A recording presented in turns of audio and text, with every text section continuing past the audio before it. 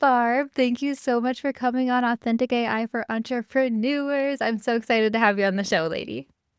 Thank you for having me back. This is going to be a fun conversation. There's so much going on with SEO and AI and everything. Everything. I know, guys, we were talking before I hit record, and I was like, Barb, I'm just going to be over here asking all the questions. I was like, feel free to tell me what's up. Before we dive into all the nerdy stuff, I do just want you to introduce yourself a little bit. Tell us who you are, tell us what you do, all the things. My name is Barb Davids, and I run a company called Compass Digital Strategies.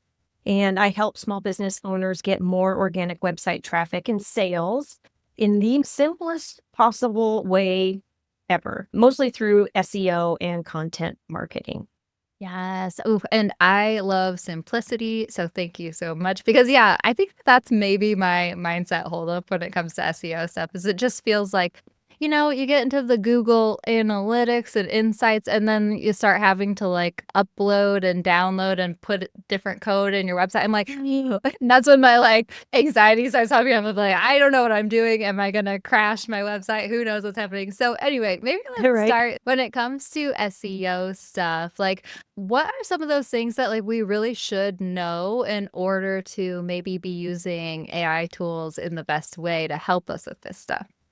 I think the first and foremost, the best thing that you could know is that I like your concept or your perspective about if you don't know the tool or whatnot, if you're not really quite sure, you're not sure how to use it, you might not try it. I think that's a good approach in a sense, because I've been seeing more and more tools come out as commercials or ads and things, and they will tell you that they do SEO completely. Like you don't have to lift a finger. You put in a couple words, bada boom, bada bing, they've got the post going up every month, da da da da.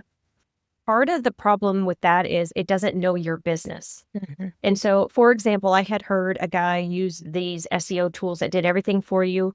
You'd put in some stuff, it would create the blog post, it would write it for you. You could still look at it, of course, but then it would put it up on your website for you on WordPress. And he was doing like hundreds. And first of all, if you're doing hundreds per month, first of all, that's not humanly possible technically. So pretty soon Google's going to see that and they're going to be like, is this a real person? I don't think so. And then they're not going to necessarily rank it. But then you're getting into the idea of it's not going to know your business. So things like keyword intention. So some of the words that it might want to do or it might want to target or write about might not be the same things that you talk about in some form or fashion. So I don't even know if I have any good examples, but it just doesn't know your business. So you might get stuff that doesn't really relate to anybody, or it might not help. It's a lot of the times they write really surface level stuff and there's no substance to it. And so it's just like everything else out there. And there's already 20,000 blogs about how to do keyword research. Yeah. The how is done, or how to show. I don't even know how to. I'm so bad with examples.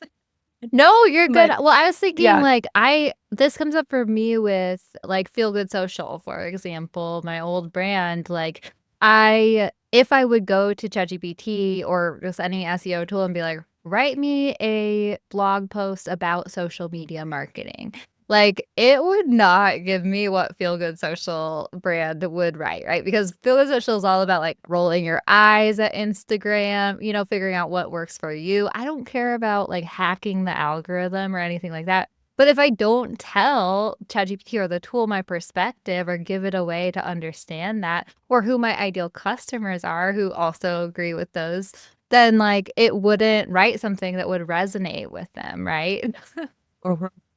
Yeah. And I think that's where I'll just plug your brand blueprint now, because I started using that. And I actually have a copywriter that does my blog posts. I don't do those myself, but I use the brand blueprint for other things like social captions and some other materials that I create. And it does a much better job. So when you can use this tool that has your brand information and then plug it in to write something, then it can create something that's more unique because it has some of your own stuff in there, your own stories. And I think that's where that can help when you do that. But some of the SEO tools too, there was one that said something about internal linking. And so when you can put internal links inside your website, it's a good thing for Google, right? So you go back and forth between different blog posts. And there's this tool that does it for you. But what it doesn't tell you is that it just does it on the front level. So Mm. what happens is it finds like 2 words and it links it to a new blog post. And while that's great, because it doesn't do it on the actual back end, it only does it on the front end, Google can't see that. So it doesn't really do any good. And then if you quit the tool, all that goes away. Mm. So it's not really changing anything. So Yeah, it's see, kind of this is, like, weird. why it's just good to be aware and also, like, be in community, right?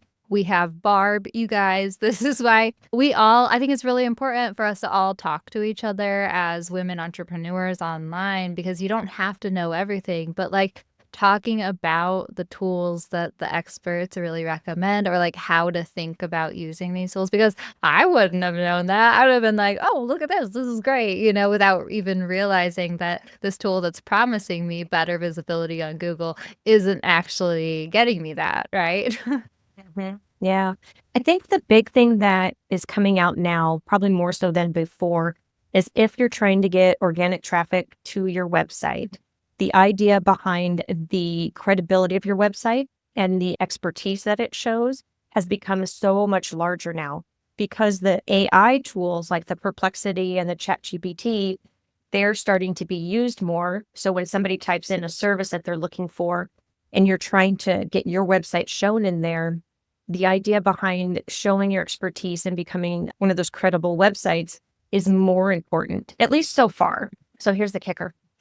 Perplexity mostly shows the top results from Google, like a large part of that. So you already have to be ranking in Google in order to show for AI. Mhm. So that means you have to do traditional SEO stuff.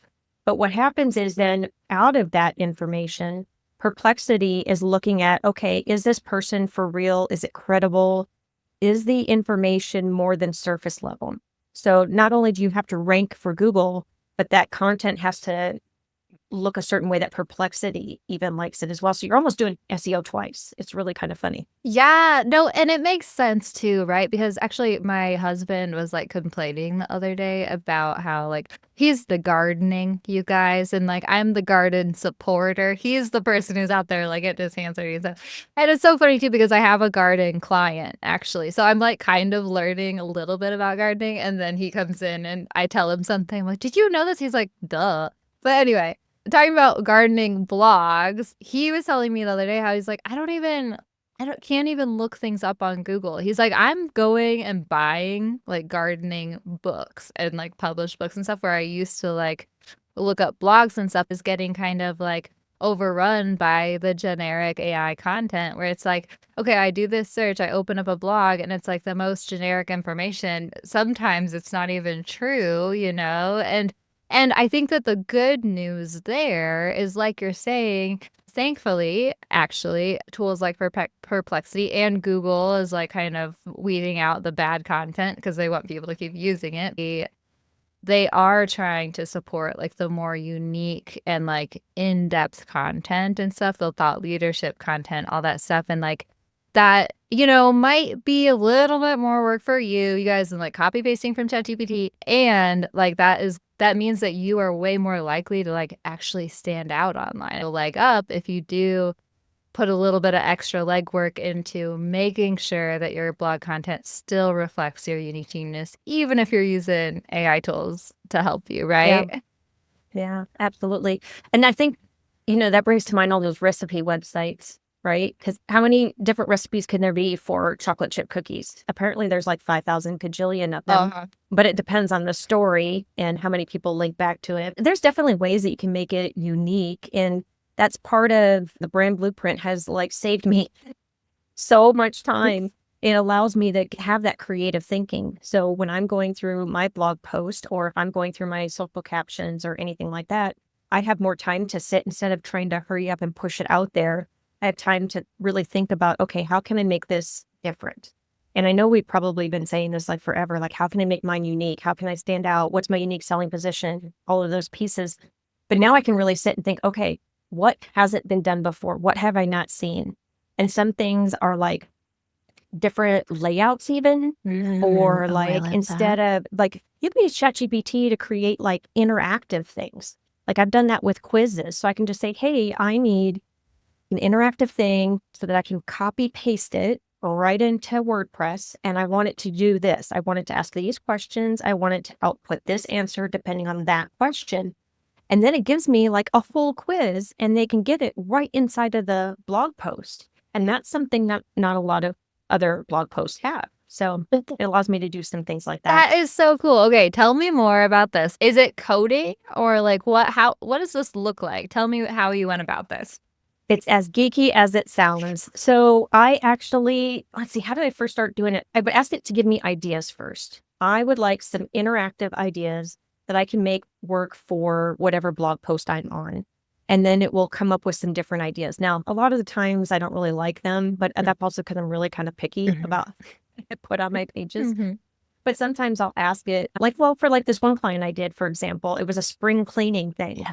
So what we did was we had it say, okay, if they choose this option, then we have this output. And I literally just put it into words. If it says this, I want it to output this. If they choose that, I want it to do that. And then I say, I would like it to be a drop-down box so that all they have to do is click it and then it appears right on the page. I would like it in a purple background or whatever color it was. And then I want the font to be this or that and this.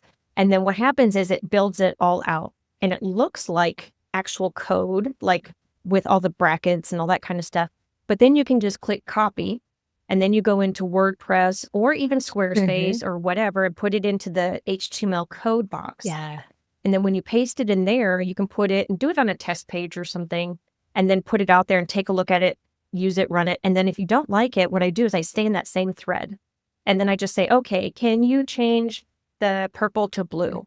And say, and then it'll output the whole thing for you. And you can just keep tweaking it back and forth. So that I think drop downs and quizzes are quite common.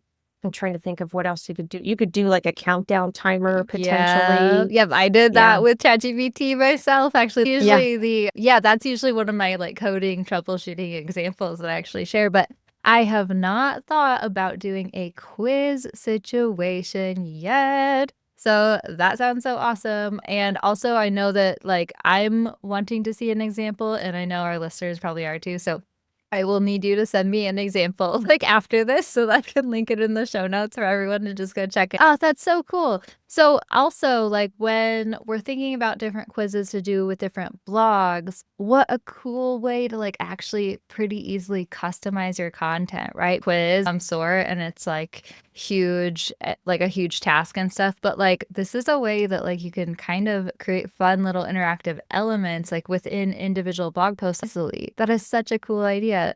Can you give an example? Can you think of anything off the top of your head of like what the question was that then you would have them click for different outputs and that sort of thing, just so that I can like get a clearer.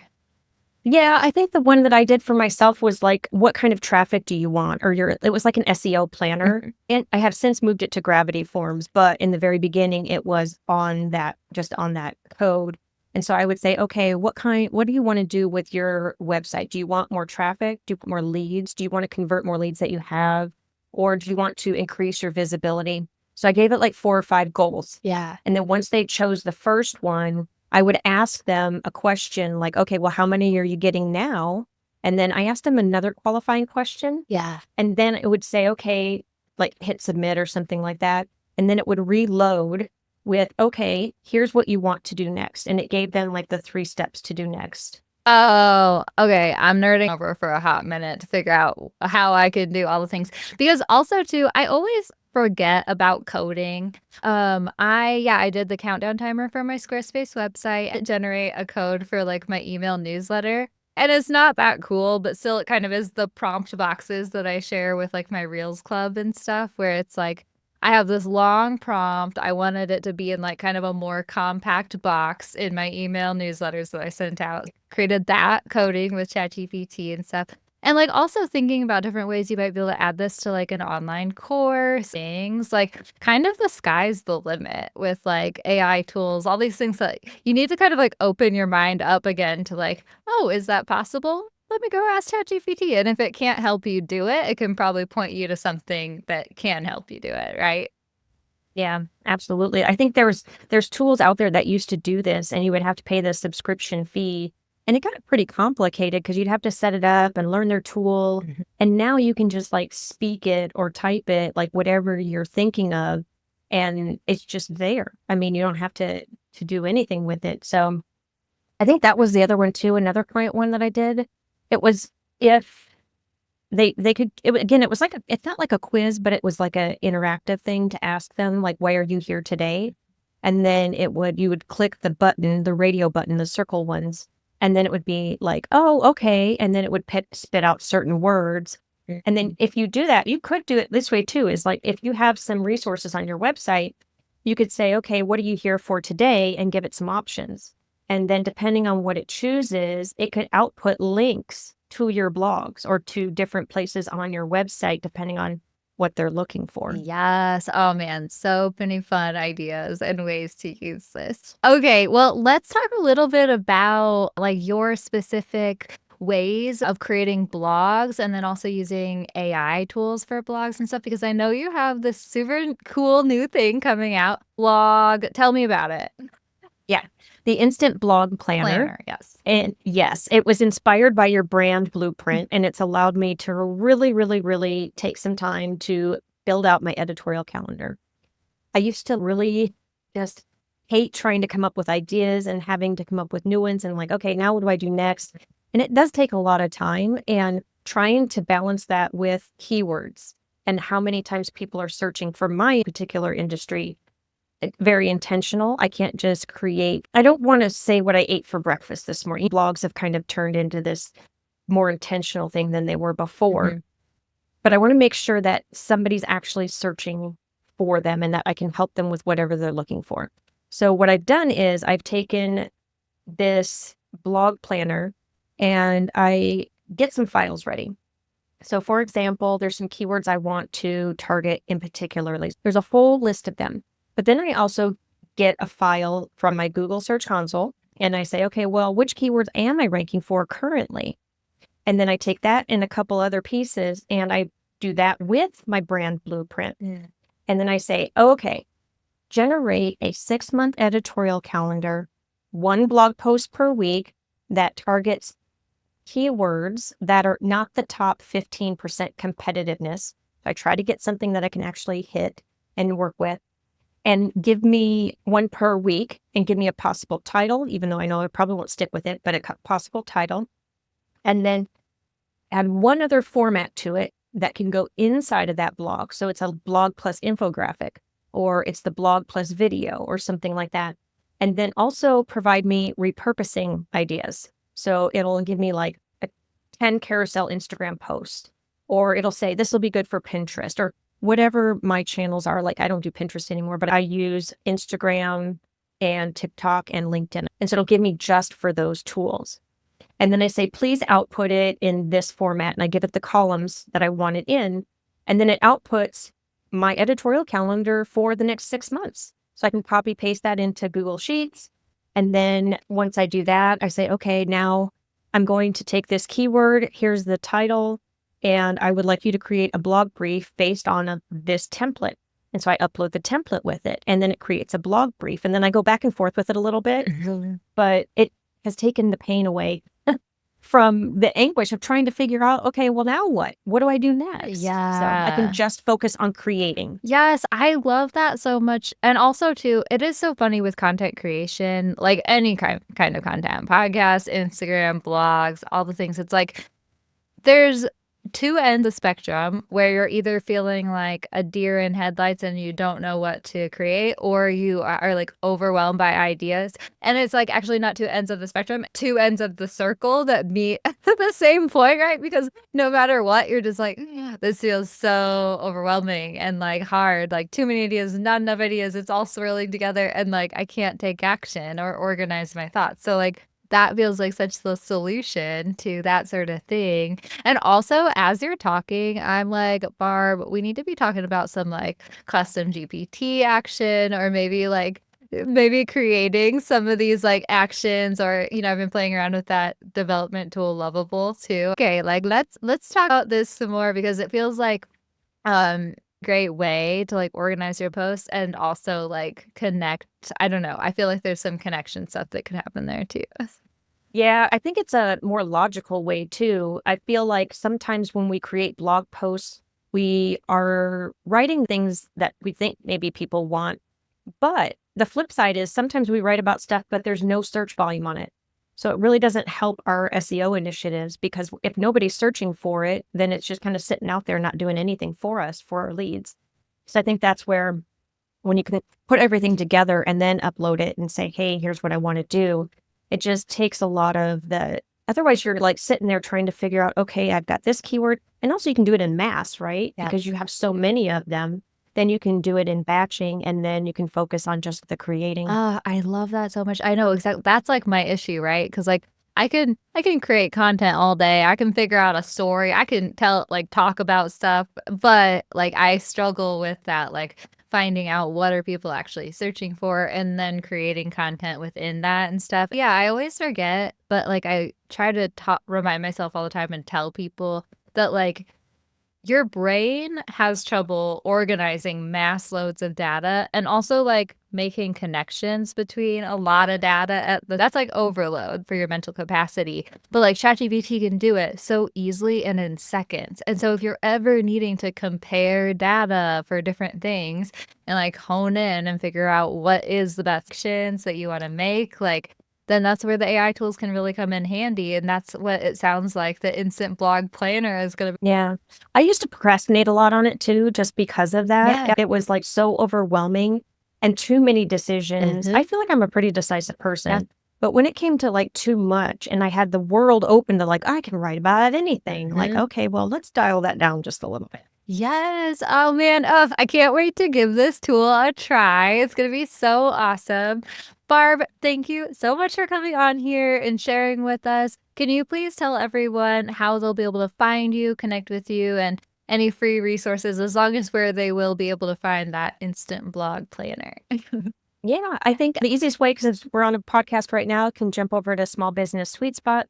Lots of information over there. And you have a couple of episodes over there that are really good. I just love listening to them about, you don't have to feel guilty using AI. That was such a good one. Mhm. And the other way is just go to compassdigitalstrategies.com. There's a resources tab, there's free, and then this will be probably front and center on there when it's ready to go. Yay. Thank you so much. I loved our combo, lady. Me too. Thanks for having me.